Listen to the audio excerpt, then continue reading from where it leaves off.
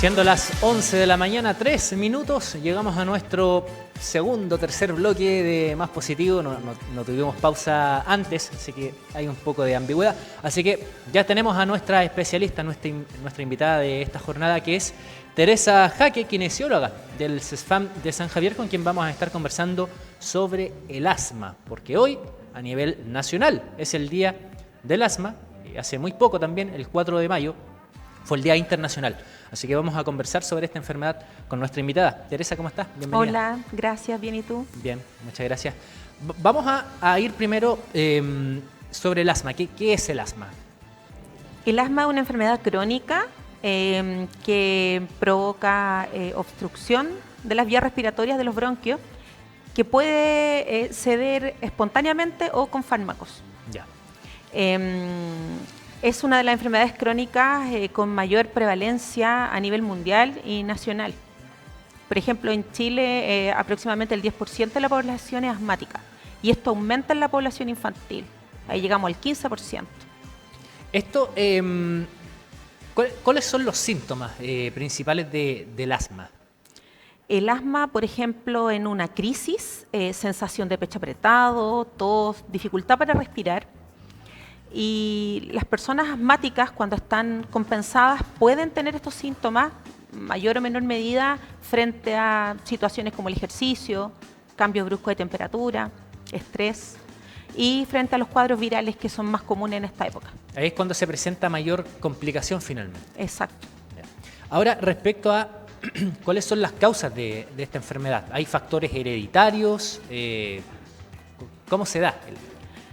Sí, hay una como tendencia familiar, puede ser heredable. No todos los miembros de una familia, si hay uno asmático, van a hacerlo, pero sí hay algo familiar. No es adquirido el asma en el fondo. Ya. Y respecto a, ¿hay grupos etarios o por sexo que son más propensas a tener asma o se da tanto en hombres como en mujeres? Se da tanto en hombres como en mujeres y, bueno, en los grupos donde más tenemos esta prevalencia, como te decía yo, en la población infantil, donde es la enfermedad crónica más común en esa edad. Yo recuerdo en la enseñanza básica, enseñanza media, siempre en educación física pedían un certificado de si la persona era asmática o no. El que tenga una persona asma, digamos, condiciona a tener una actividad física no tan, en este caso, exigente. ¿Puede llevar una actividad física igualmente? Mira, lo importante es que una persona asmática pueda hacer su vida con normalidad. Ya. Una persona asmática controlada. Cuando es un asma que no está controlado, lo más probable es que no resista el ejercicio. Hay muchos pacientes que el asma está inducida por el ejercicio. Entonces, la idea es que a través de los tratamientos y los seguimientos podamos tener una vida normal, poder hacer deporte. Los asmáticos les hace muy bien hacer deporte, ¿ya? Pero cuando están en crisis, cercano a una crisis, ahí es importante y es conveniente suspender la actividad. Ahora, la manera de diagnosticar esta enfermedad, en el caso de los niños que nos mencionabas, es como el grupo con mayor prevalencia. ¿Eso se da justamente el diagnóstico en la infancia, a los pocos meses de vida?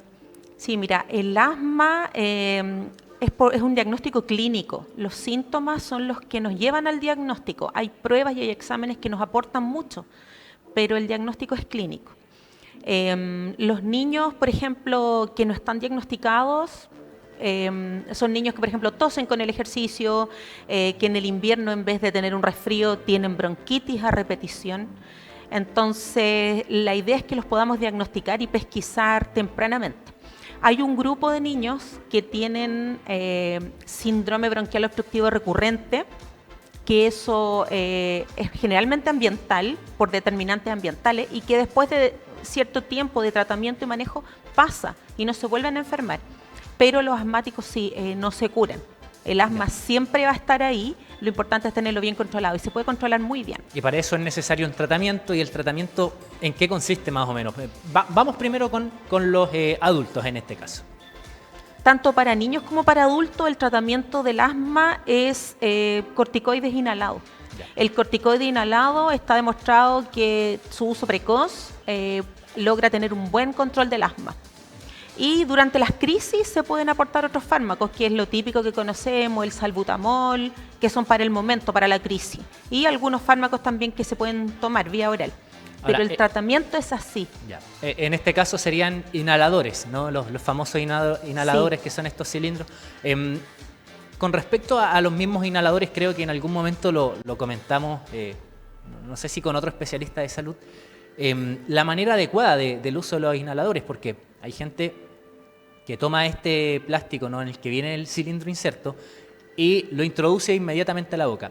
¿Es recomendable eso o más bien con esta cápsula que existe con este tubo? Sí, Cilindro. las inhalaciones deben ser con aerocámara. Ya, En aerocámara. todas las edades. Ya no sirve sin aerocámara, porque necesitamos que el fármaco recorra un espacio Ya. para que se deposite correctamente en los bronquios, que es donde lo necesitamos. Entonces, la manera correcta es con aerocámara, y el tratamiento permanente, el corticoide inhalado que yo te hablaba, es importante que sea sistemático, que se use todos los días según la indicación médica, porque si lo dejamos de usar, se va a descompensar. Entonces hay que ser bien constantes con los tratamientos y siempre con aerocámara. Perfecto. Ahora, ¿cuántas inhalaciones en este caso es lo que se recomienda? ¿Varía según el paciente? Varía según el paciente. Por ejemplo, hay pacientes que se mantienen con menos dosis y otros que se mantienen con un poquitito más. Entonces, puede variar de un puff al día de este corticoide inhalado a puede ser 2 veces en el día. Depende de la indicación médica según los síntomas y el seguimiento que se le hace. ¿Ya? Pero, como te digo, importante esa constancia, y los fármacos de rescate, que son los que conocemos también no solo para los asmáticos, sino que también para las bronquitis. Esos se usan según horario y según cómo esté en el momento, qué tan agudo esté. Teresa, respecto a los adultos mayores, en este caso, que por supuesto son también más un público que con el paso de los años sus defensas han ido disminuyendo. ¿Cuáles son los cuidados justamente para las personas adultas mayores asmáticas para este tiempo? No sabemos que se vienen enfermedades virales como la influenza, el COVID sigue circulando. Sí. ¿Cuáles son las recomendaciones de cuidado? Mira, tanto para los adultos mayores como para los niños, y también no solo el asma, sino que otras enfermedades crónicas como el EPOC, que eso se ve mucho en los adultos mayores, es importante la prevención y partir con la vacuna. La vacunación contra la influenza es súper importante. Los que no lo hayan hecho, que concurran, porque la influenza puede provocar enfermedad grave en estos grupos de riesgo. ¿Ya? Entonces, en ese sentido, partir por ahí, y las medidas de prevención, siempre evitar el contagio, lavado de manos, hay que insistir mucho en eso, evitar contacto con personas enfermas, evitar ir a lugares concurridos si no es necesario. Hay mucha gente que en esta época también mantenido o simplemente ha adoptado el uso de mascarilla, tal y como fue en pandemia. Bueno, en los establecimientos de salud ya es obligatorio eso. En los servicios de urgencia es obligatorio ir con mascarilla, y también se recomienda su uso. Aunque no sea obligatorio, es recomendable usarlo cuando vamos a ir a estos lugares con mucha gente, como servicios de salud, como los malls. Siempre donde hay mucha gente es recomendable. En esta época de otoño, invierno, cuando ya existe también mayor calefacción en las casas con este tipo de combustible que son leña, la calidad del aire también queda un poco mala, digamos, para las personas. ¿Es un riesgo también? Sí, la exponerse a contaminación ambiental y también la contaminación intradomiciliaria, que hay un problema bien grande porque el tabaquismo es algo súper común, está muy arraigado en nuestra cultura, entonces es un hábito muy malo, pésimo. Si tenemos personas de riesgo en nuestra casa, hay que evitar la contaminación intradomiciliaria. No fumar. Si la persona tiene asma, ¿se recomienda o no debería fumar, me imagino? O sea, nadie debería fumar. Y si tenemos una patología de base, con mayor razón. Y si tenemos niños en la casa, adultos mayores, también. Ahora, este control del asma que nos mencionaba, ¿cada cierto tiempo se debe consultar a un especialista médico para ir Sí. revisando su...? El asma debe ser diagnosticada por un médico. Y bueno, nosotros como atención primaria tenemos las salas IRA y ERA, donde controlamos, entre otros pacientes, a los asmáticos. Una vez que el paciente ingresa, el médico le indica su tratamiento, le pide algunos exámenes y es importante asistir a control periódico para que vayamos viendo cómo va ese tratamiento, cómo ha evolucionado, si está haciendo el efecto esperado. ¿Ya? Entonces el control periódico es muy importante. Nosotros en las salas respiratorias del CESFAM, el ingreso se hace por médico y los controles periódicos se hacen por médico y por los kinesiólogos de sala. Ahora, estos inhaladores que mencionábamos con anterioridad, ¿son siempre recetados por un especialista médico? Sí, tienen que ir con indicación médica. El tipo de inhalador, el fármaco a usar y las dosis.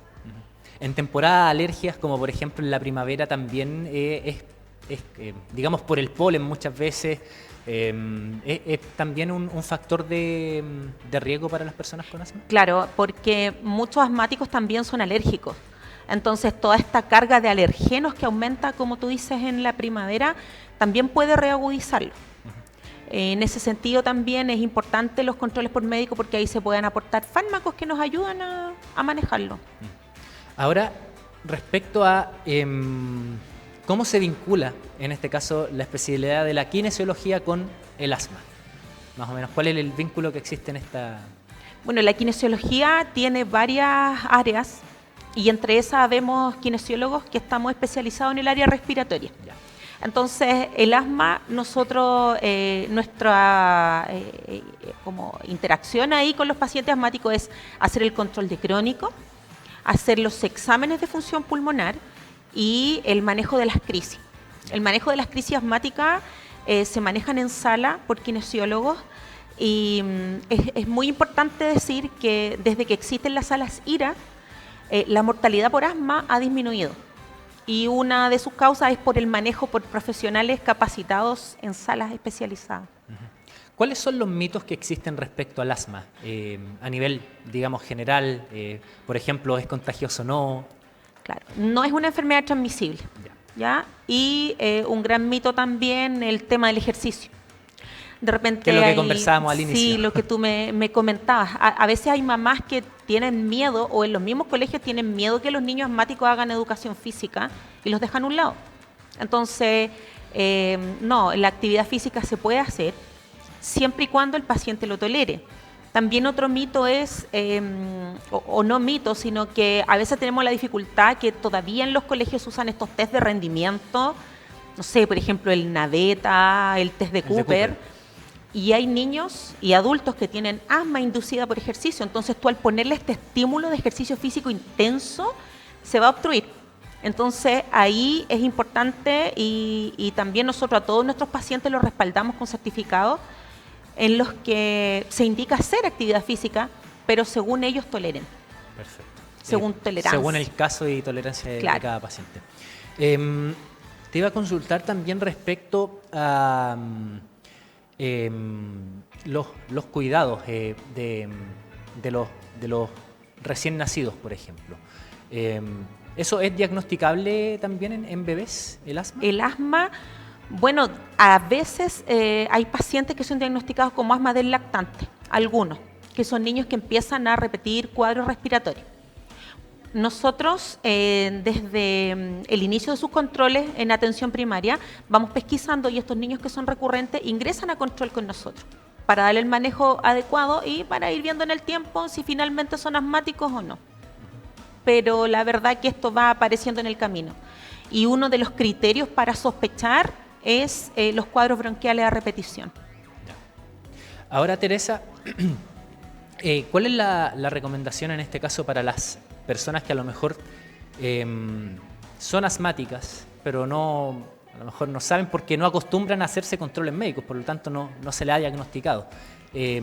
Síntomas a poner atención ahí que podrían eventualmente alertar de tener un asma.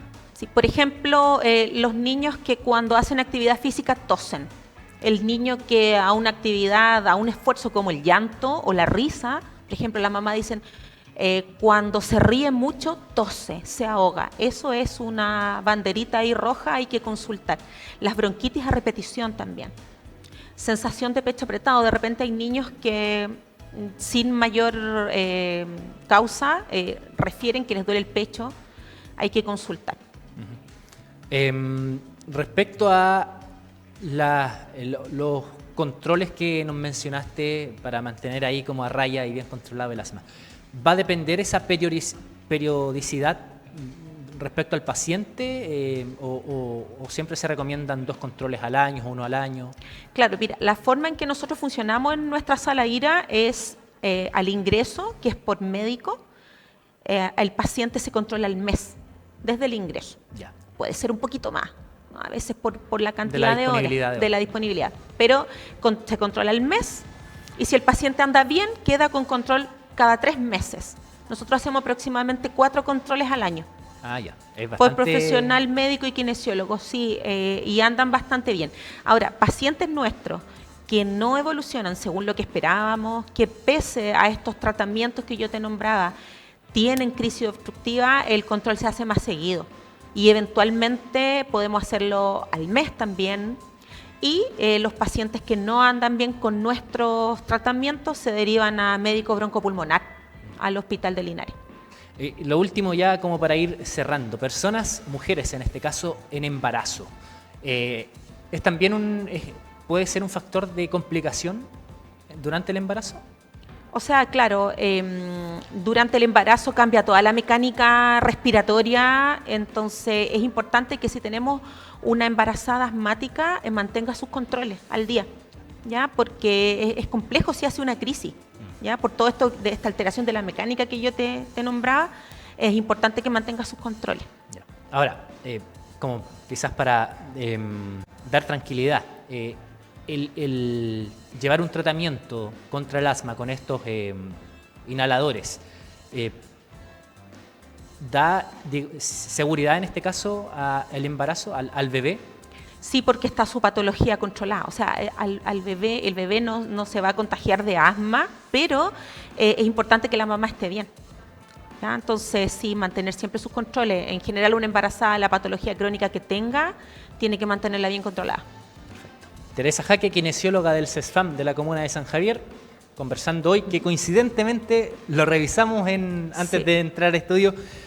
Hoy, 7 de mayo, Día Nacional del Asma, Día Internacional hace algunos días, el 4 de mayo. Gracias por haber conversado con nosotros esta mañana en Más Positivo. Gracias a ti. Nosotros, siendo las 11:21, nos vamos a un corte comercial muy breve. Patricio y Mauricio siguen recorriendo las calles de la comuna ante este sistema frontal. Vamos al corte, ya regresamos.